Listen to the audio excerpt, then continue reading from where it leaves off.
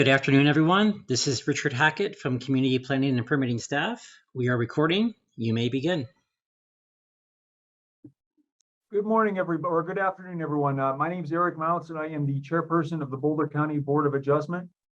This August 3rd, 2022 meeting of the Board of Adjustment will now come to order. Due to COVID-19 concerns, this meeting is being held virtually. Information on how to participate in the virtual meeting has been posted on the Board of Adjustment website at www.boco.org/BOA. There will be an opportunity to remotely provide public comment on the subject dockets during the respective virtual public hearing portions for each item. I'll provide instructions about that when we get to each docket on the agenda. Before we go further, I'm going to take a roll call vote or roll call of the members of the Board of Adjustment. As I said, I'm Eric Mounts. Mr. Robert Ukaili, are you here? Board member Ukaili present. Mr. Bill Walters, are you here?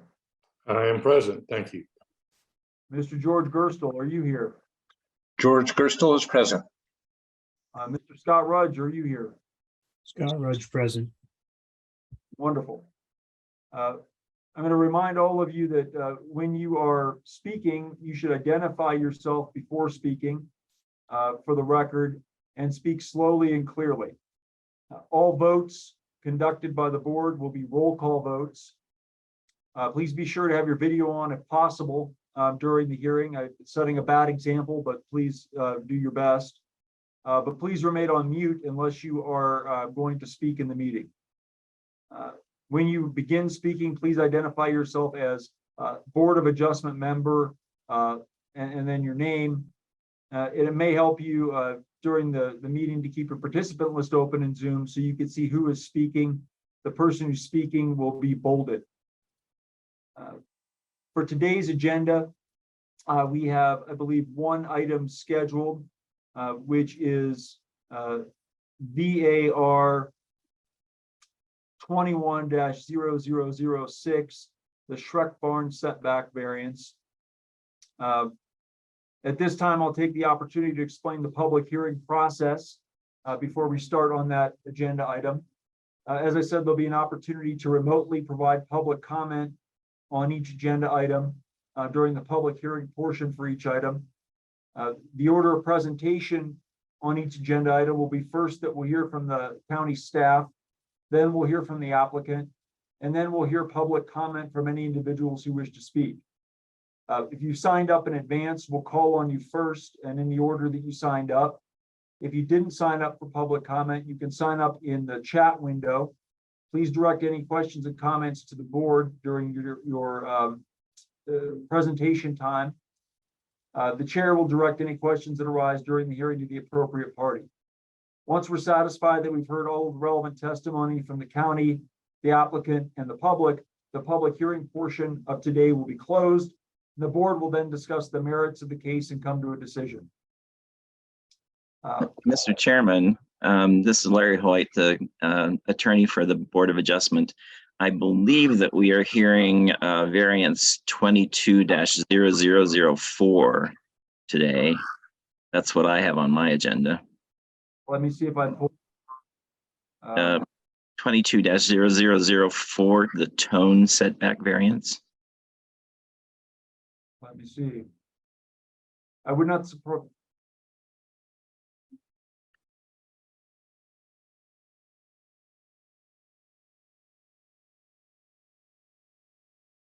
Indeed, that does appear to be the case, and it looks like I do not have the correct packet here handy. Could I trouble someone on county staff to send me a copy of the current variance? It doesn't look, I pulled the last one I received, and it doesn't look like I've got the current variance packet for some reason. I don't want that to hold us up, but if you could email it to me, that would be wonderful. This is Andrew Goldstein with CT&P staff. I'll email you a copy of that right now. Excellent. I appreciate it. Thank you so much. Please do not submit your questions or comments in the chat box during the meeting. The chat box is only used for public hearing speaker sign up. Please remain on mute when possible. The moderators will mute you if your connection is a source of background noise. Members of the public won't be able to share their screens during public comment, although applicants and the county will be able to do so. Applicants, I ask you to please have your presentation pulled up and ready to go. Once we have completed the county's presentation, I'll announce that we're ready for you, and at that time, you'll be able to share your screen. And as soon as I receive the current hearing packet here, we'll open the public hearing on the docket for today.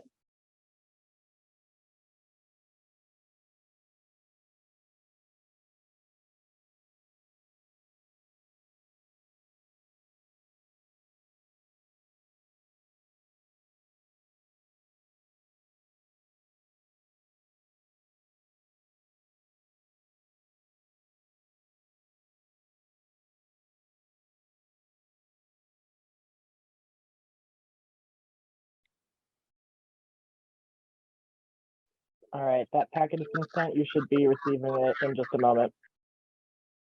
Thank you.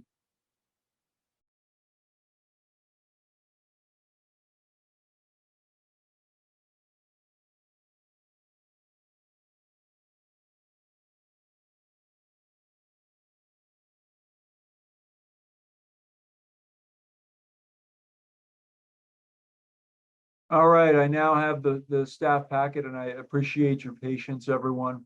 I will now open the public hearing for docket number VAR 22-0004, the tone setback variance. We'll now hear from the county. Whoever is the staff person who's going to be presenting, please proceed.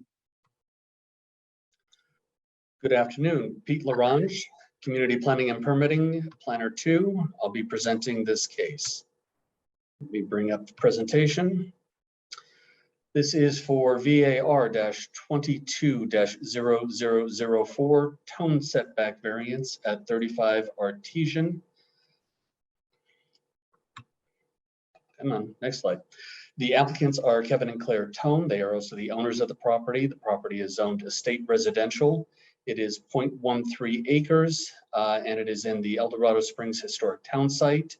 It has also been modified through a couple of subdivision exemptions in 1988 and 2016. Existing is a 1,437 square foot residence with 1,291 square feet of residential floor area and 146 square feet of non-residential floor area.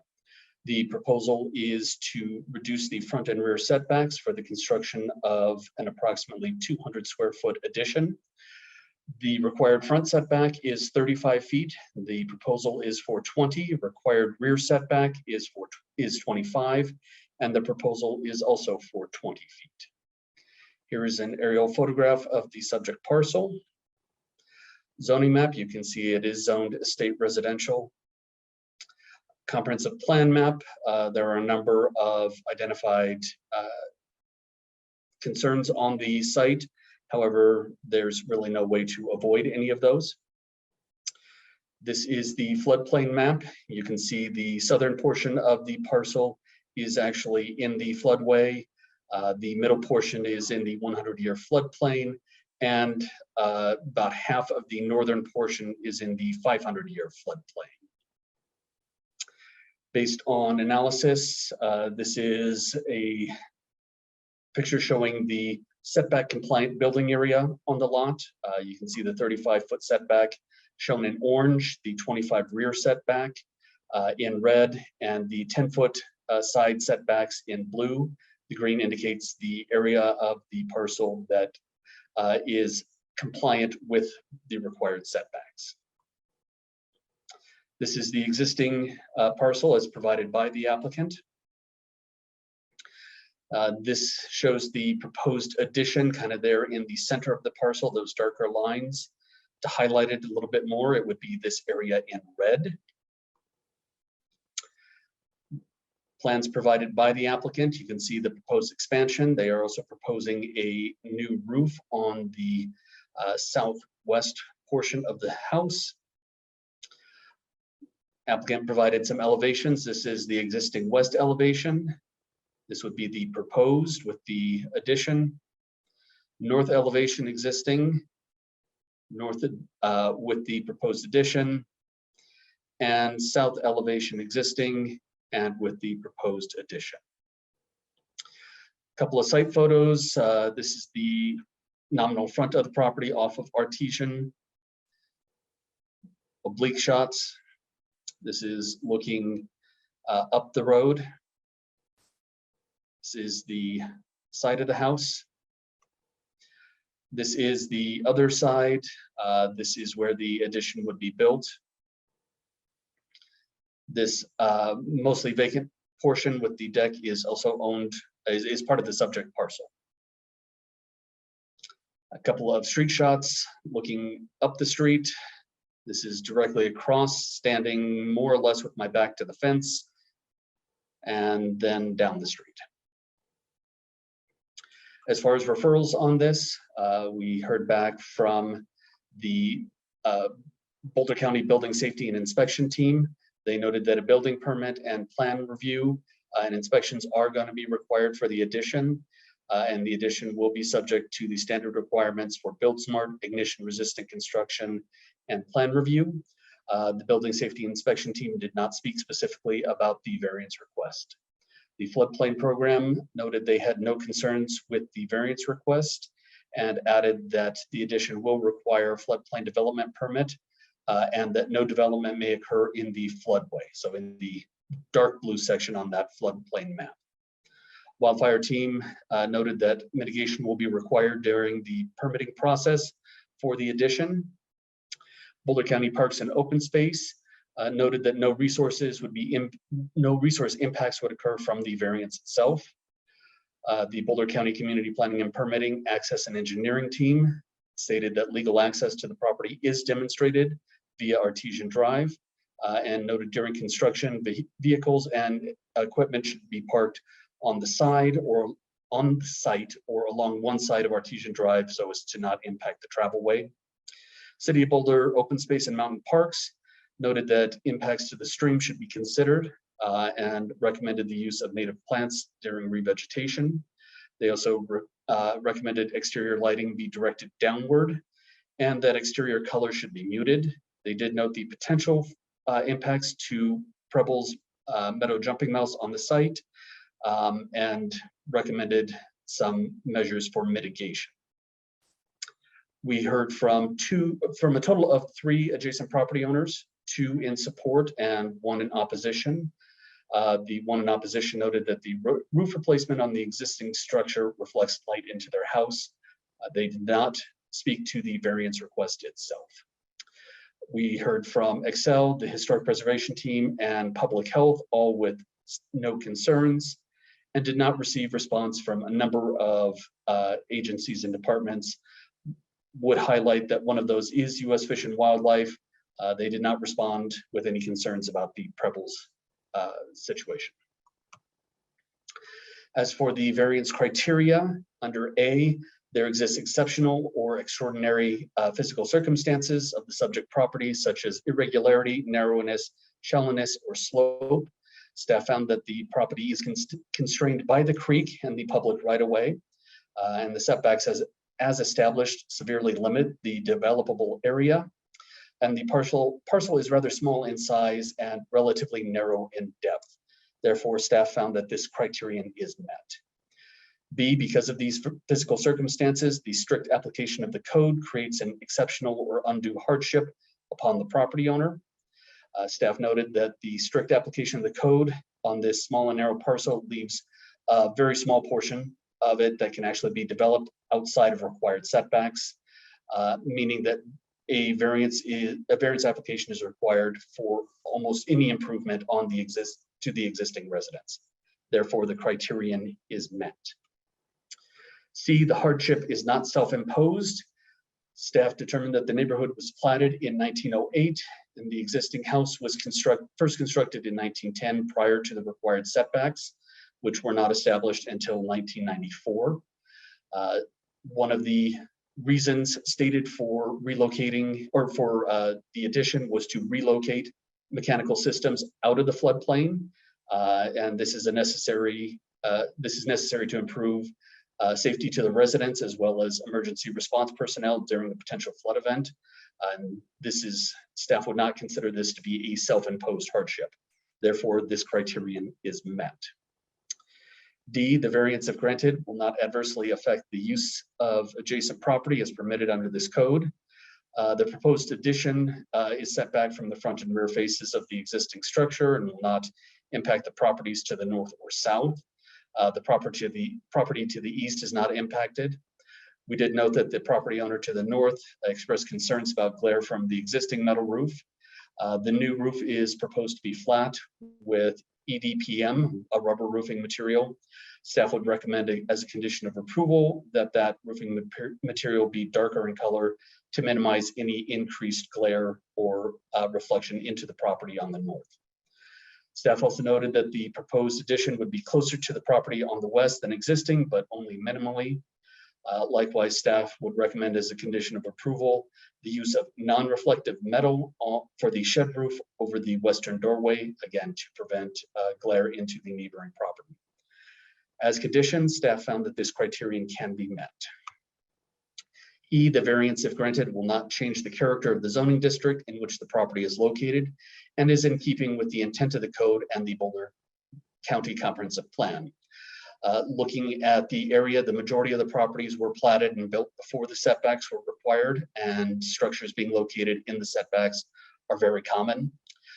Staff would recommend as conditions of approval that the addition not be located less than 20 feet from the front and rear property lines, that the colors also on the addition be consistent with the existing house to keep it in character with the rest of the property, that exterior lighting be selected and placed to be compatible with county policies, i.e. dark sky compliant downlighting, again, to minimize any impact to the character of the area. Therefore, as conditions, staff found that this criterion can be met. And finally, F, the variance, if granted, does not adversely affect the health, safety, and welfare of the citizens of Boulder County and is in accordance with the comprehensive plan and any applicable intergovernmental agreement affecting land use or development. The Boulder County Comprehensive Plan acknowledges that the setback requirements and existing conditions in El Dorado Springs are more or less completely incompatible with each other. And the El Dorado Springs Town Site Plan section of the plan specifically calls out the need for context appropriate setbacks to respect the existing development pattern when establishing required setbacks. As noted previously, this will require a floodplain development permit, and this will help to ensure that no adverse impact to health, safety, or welfare results from the addition. It is located in wildfire zone 1, meaning that mitigation is required also to reduce risks to health, safety, and welfare. And then, as recommended by the Access and Engineering team, a recommended condition that construction vehicles and equipment be limited to one side of Artesian Drive. Therefore, as conditioned, staff finds that this criterion can be met. As such, staff would recommend that the Board of Adjustment conditionally approve VAR-22-0004 tone setback variances with the conditions as listed in the staff recommendation. And I have those conditions spelled out in the next slides if needed. Thank you very much. Do we have any questions from the board members or county staff?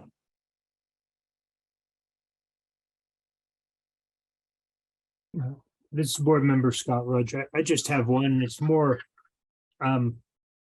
educational for me. There's a kind of zoning where if the side yards aren't parallel, the side boundaries aren't parallel, then they all count as backyards for the point of view of establishing a setback. Is that a rural requirement and doesn't pertain in this estate residential zoning? I would have to look at the specifics of our code to be sure, but with this property in particular, all 4 setbacks do still apply.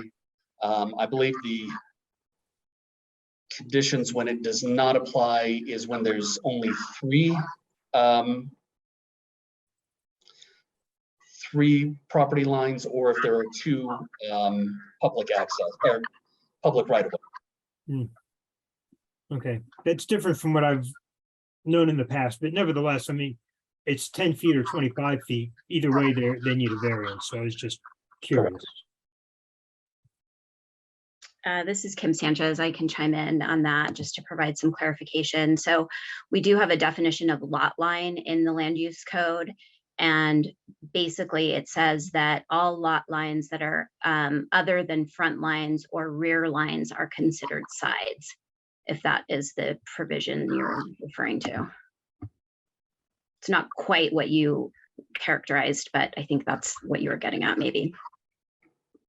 Okay, thanks, Kim.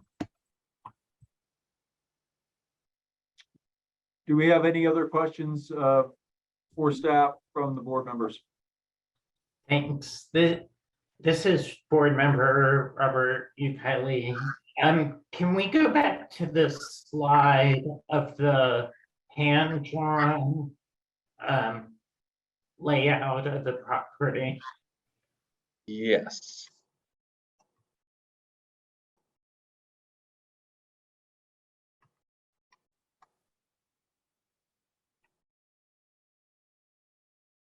Elevations. Is this the one? Yeah, thank you. Yes. And again, if you all could put page numbers in the slide deck, it might make the question go quicker. But in any event, you see on the left side, there's a port connected to the expansion. It says port. Yes, here. Right, but we're not being asked to authorize that, right? That porch would go further into the setback than what we're being asked to do. No, that porch, as far as the side setback, there's no concern because the property line is actually over here to the far side of the deck shown here. The porch, I think, would still fall within the front and rear setback, or the front setback request. But as the request is for reducing it to 20 feet, this would fall within that, any such approval. Okay, thanks. And then do you know what that going down from the porch, that dotted line? This section here, Yeah, do you know what that is? I don't know what that is. The applicants can probably speak to that. Okay, thanks. Do we have any other questions from the board members? This is George Gerstle, board member. Is this, if I understood from the presentation, this expansion is necessary to move some of the utilities out of the floodplain or the floodway. Is that correct? That is correct.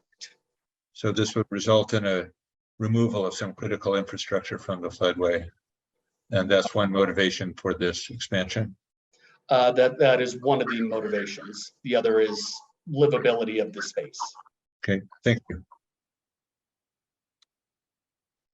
Thank you, Mr. Gerstle. Are there any other questions from the board members?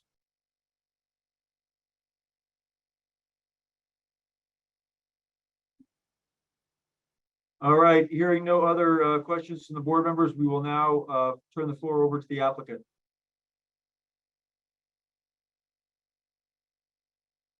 This is Andrew Goldstein with CPNP. The applicants are being promoted right now, and I believe their agent is also here, called in on the phone. If you would like to speak, you can press *6 to unmute yourself. Great, thank you.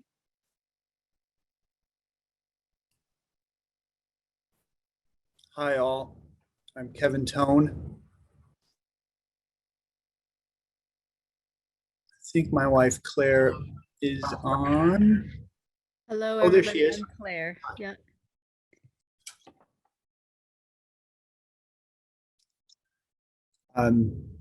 We're here to answer any questions you have.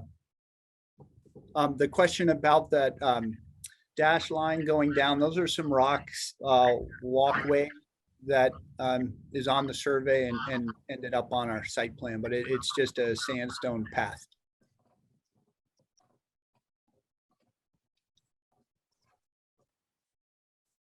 What's located in the basement is currently our forced air furnace and our hot water heater. We actually lost the hot water heater in the 2013 flood because it shorted out. Fortunately, the furnace did not flood out, but there was significant amount of water in that basement area or crawl space area. And it's definitely something we would like to move upstairs to the main level and above the floodplain.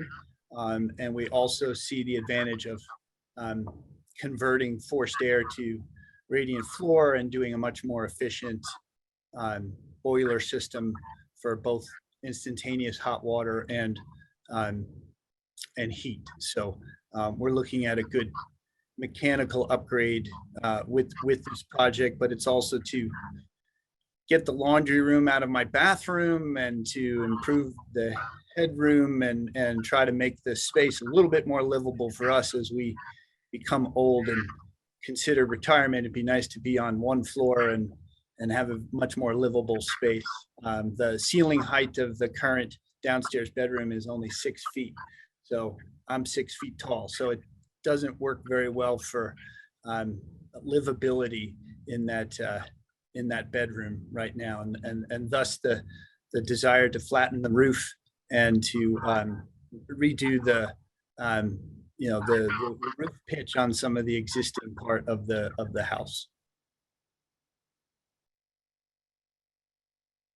I do not have a presentation. Most of what's shown on the plans, we have generated further construction drawings and actually submitted those over the weekend to the building department staff, including a floodplain development permit and structural and architectural drawings.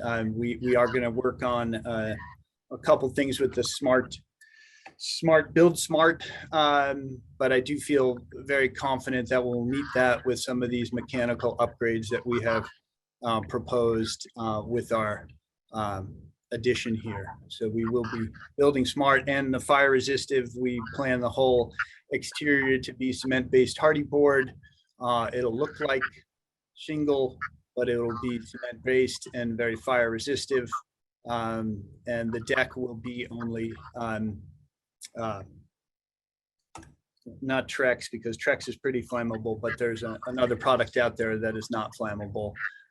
So we will be building a very small, I think it's only a 25 square foot porch to just get a step out of the new addition out to the deck that we built years back.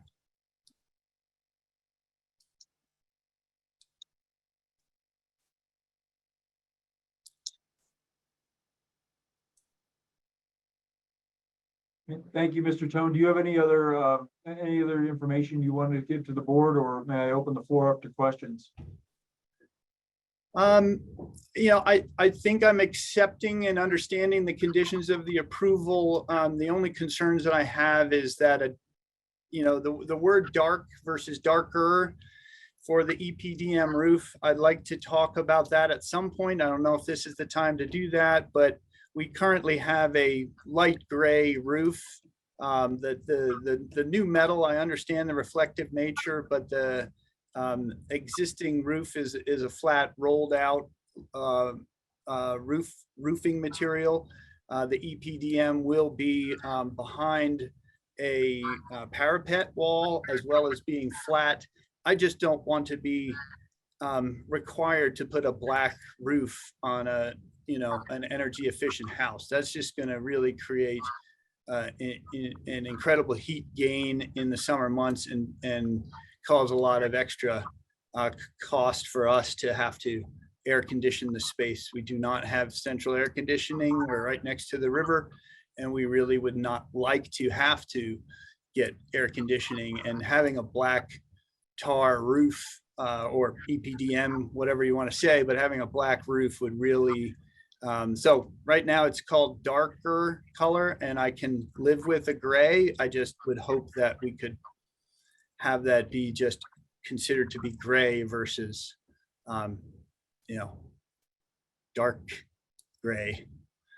And the only other thought I had on the building of the roof pitch of the porch, we would like to have some consistency and have that metal.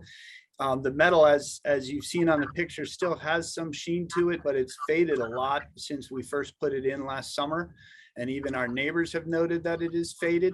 And we have some extra panels of that roof material that is sitting up at our place up in Gold Hill, weathering and fading as well. So we do feel that we can put that material without causing any extra glare, and also it's very small. And one thing I wanted to note too is right now it's kicked to, it's sloped to the west, and we can even slope that roof to the south so that the neighbors to the north would not even see that roof from their location. So just wanted to throw those couple of thoughts into the conditions that we've seen so far.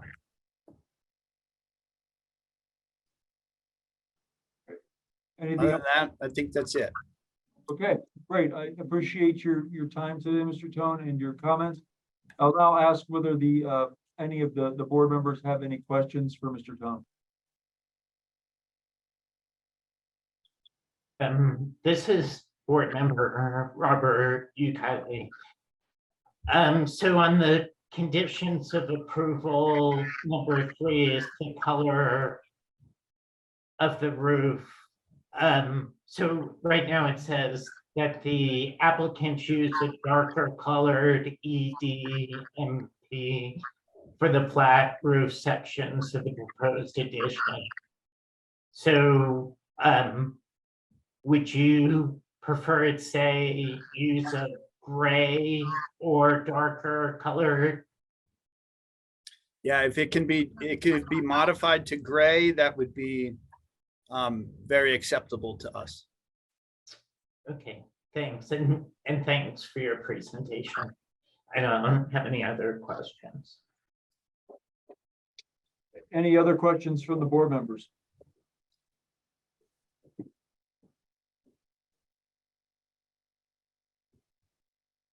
All right, hearing no other questions from the board members, I'll ask if staff has any final comments or questions, and if not, I'll ask for comments from the public. Pete Larange, CPMP staff. Staff doesn't have any additional comments per se. Staff has no real concern with the requested modification for the condition to read gray or dark. Wonderful, thanks. Do we have any members of the public here today that would like to speak? This is Andrew Goldstein, CPMP. We have, I believe, one person signed up to speak, and I'm promoting them now. Wonderful, thank you.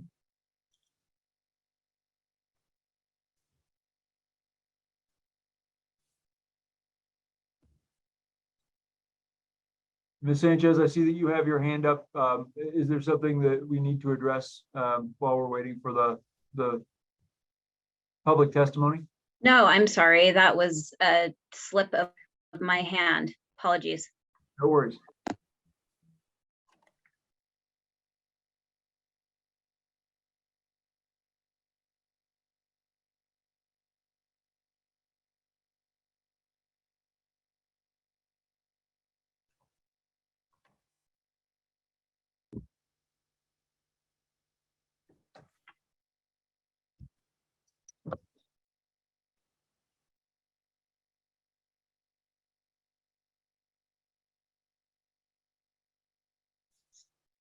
This is Board Member Scott Rudge.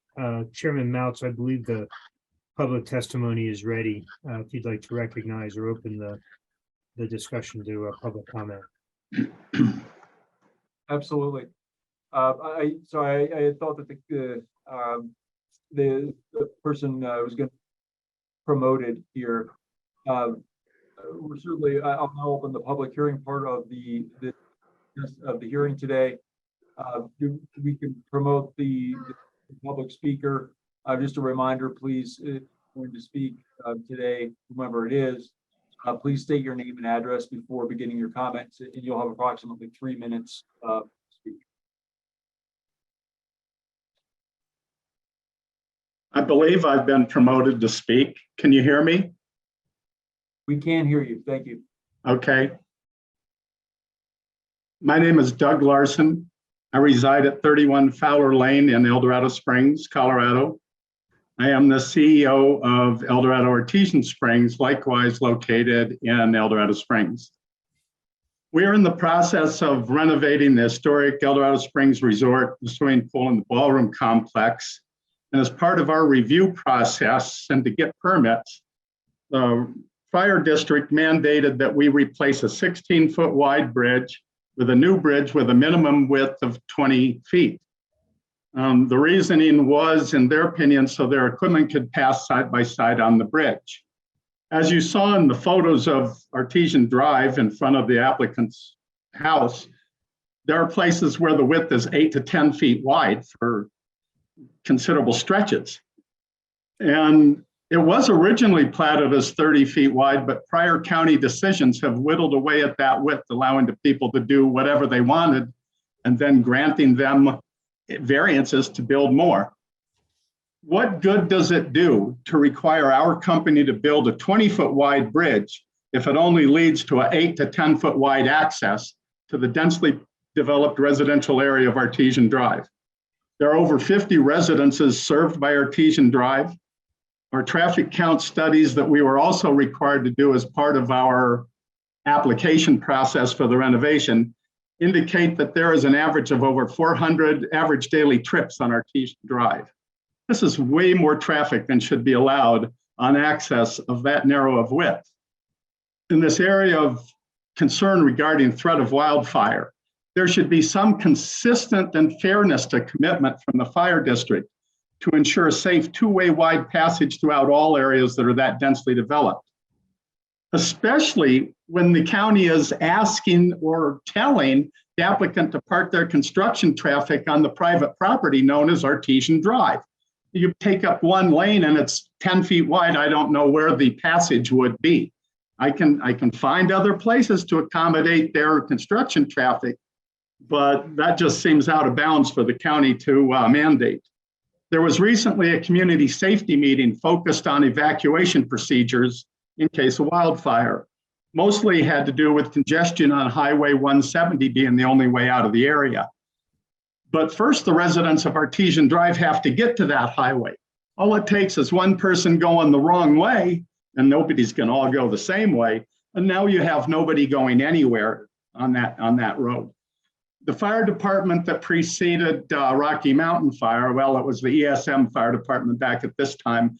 They did ask the then county surveyor, William Stengel, to plat a 2-lane width for Artesian Drive, which he did, and I have a copy of, and it requires a minimum of tampering with items along the way that people might have been accustomed or become fond of since they planted trees or something of the sort.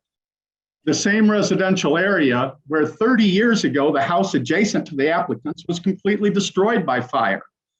Fortunately, at that time, there was a little bit more width and they were able to save the other homes in the area from burning down, although one did get damaged. The safety concerns of that narrow of street should be sufficient to postpone any development on Artesian Drive until the access width is addressed in a safe and fair manner. And other than that, I have no objection to the applicant's specific project.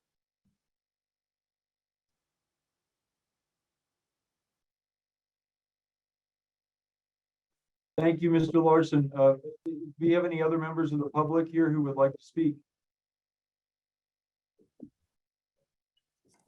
This is Andrew Goldstein with CP&P staff. I don't see any other participants in the meeting. Okay. Would either staff or the applicant like to respond to the comments made by Mr. Larson?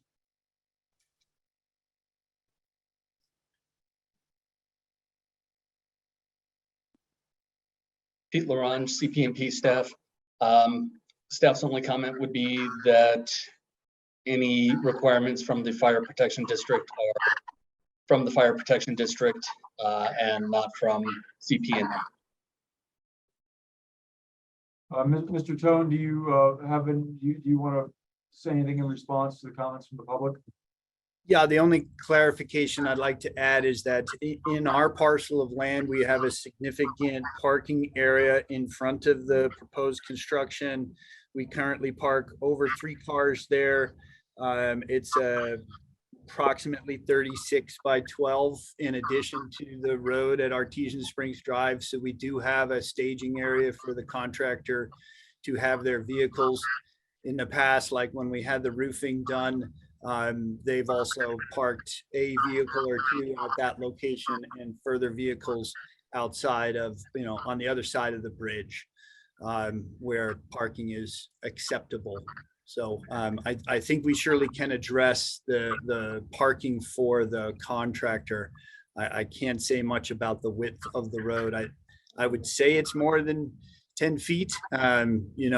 Walking it a lot, it seems like it's more like 12 or maybe 15, between the houses, but it is very narrow. I understand that. All right.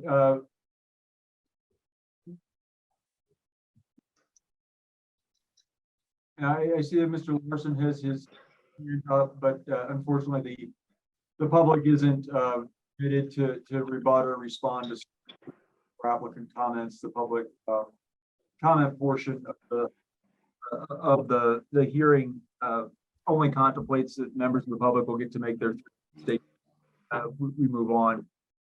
So we have now, having heard from the public, the applicant, and from the county, we will close the public portion of the hearing and turn to board discussion. Board members, all of you are probably very familiar with the development challenges that residents face in the El Dorado Springs area, and the fact that we are regularly confronted with requests for variances that are generally supported by the county for that general geographic area. And in general, this board in the past has looked favorably upon those variances because of the unique historic and land use history of El Dorado Springs. Without going into the weeds of each criteria in this case, I'd be inclined personally to handle this variance the same way and to recommend its approval, subject to the conditions the county has proposed, with the modification that the color of the roofing required for applicants addition be expanded to include not only dark colored roofing, but also gray roofing. However, I'd like to hear from my other board members, and if anyone has any other comments or questions, let's discuss it.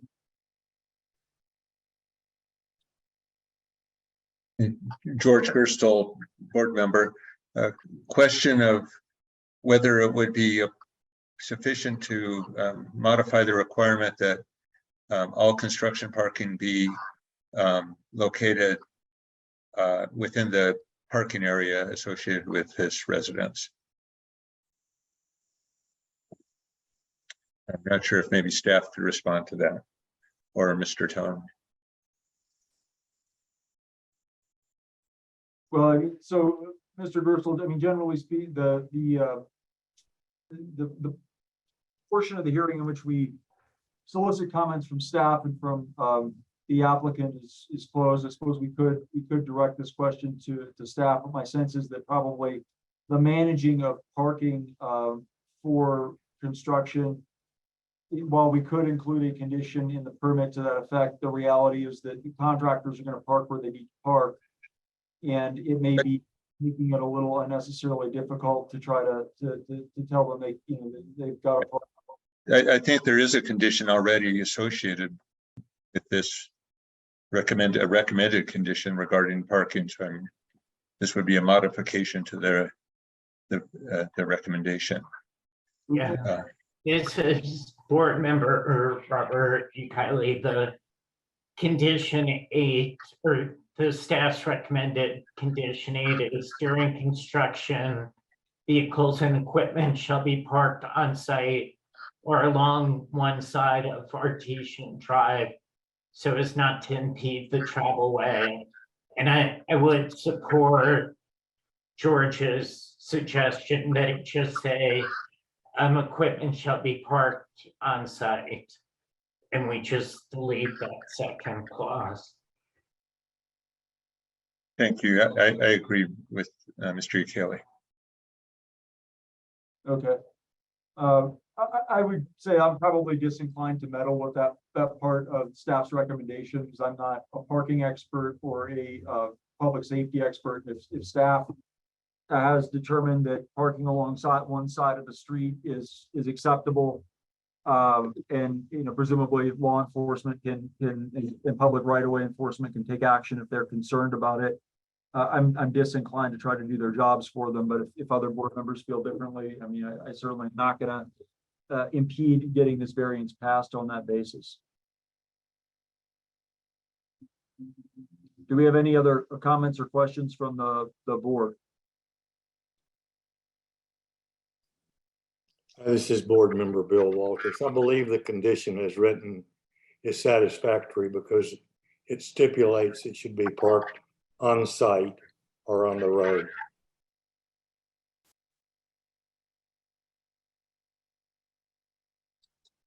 This is board member Scott Rudge. I have to say, I'm in partial agreement with the member of the public, Mr. Larson, but not necessarily just about the parking and the access and the right of ways, but just in general, the development in El Dorado Springs is essentially unregulated because the setbacks that are applied in El Dorado Springs, although they're correctly applied according to the law, don't make sense for El Dorado Springs, and they essentially leave all the properties in El Dorado Springs undevelopable without going through this process of coming to the Board of Adjustment.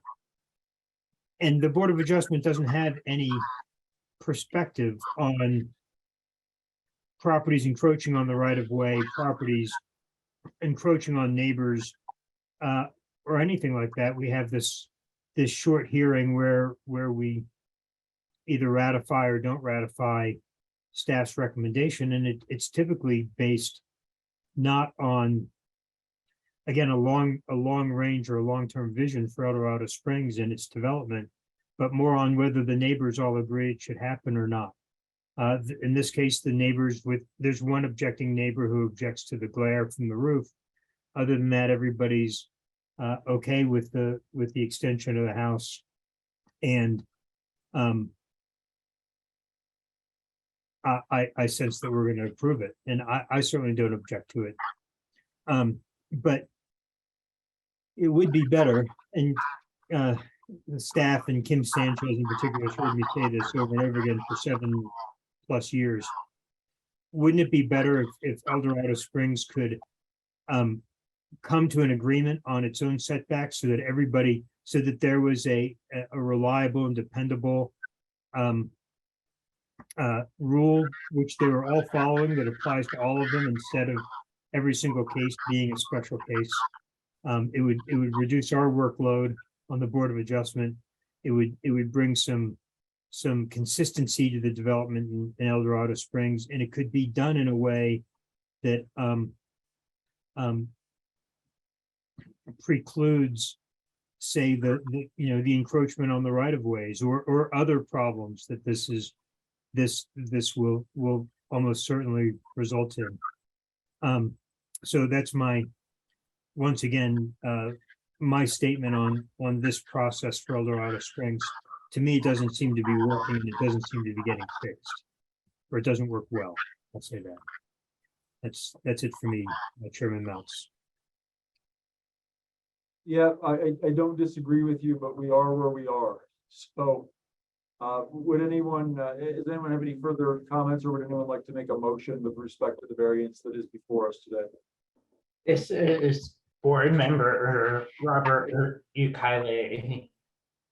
I would move that we grant the variance VAR 22-0004 with the 8 conditions recommended by staff, except for in condition 3, we changed the term darker to gray or darker, and that in condition 8, it's during construction, i.e.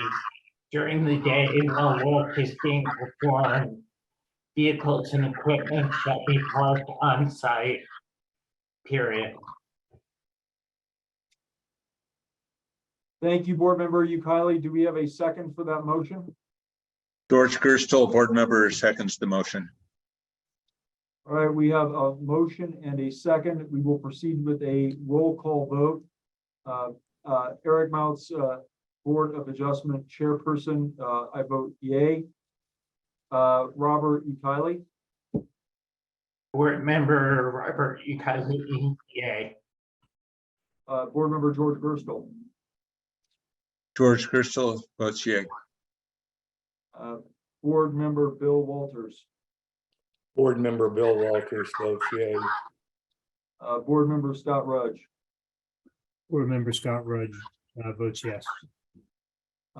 Thank you. We docket number VAR 22-0004 passes by unanimous vote of the Board of Adjustment. That is our only docket for today. So I will close this August 3rd, 2022 meeting of the Board of Adjustment. Thank you, staff, applicant, and all of the other attendees and board members today. Chairman Meltz, Scott Rudge, Kim Sanchez has her hand raised. Yeah, it's fine. Thanks, commissioners, for voting on the docket. Just as an afterthought in response to Commissioner Rudge's comment, I think as we've told you in the past, we do have a town site planning initiative for many of the town sites where we acknowledge and agree with the there's some feedback there, where we acknowledge and agree and have also identified the issues related to complying with the zoning district setbacks in each of these areas. But we do have limited staff, limited time. We've also taken on, being rebuilding coordinators to the 157 Marshall Fire property owners who lost their homes. And so other projects have taken priority and precedence over that particular town site planning effort, but it is on our list. So appreciate the comments. Something that we've definitely identified in the past. It's Board Member Rudge. Thank you, Ms. Sanchez, for replying. Thank you, Ms. Sanchez. We understand you're working hard. I appreciate it. Any other comments, questions, or issues before we adjourn for the day? All right, seeing no other comments or questions, the Board of Adjustment meeting for today is adjourned. Thank you all.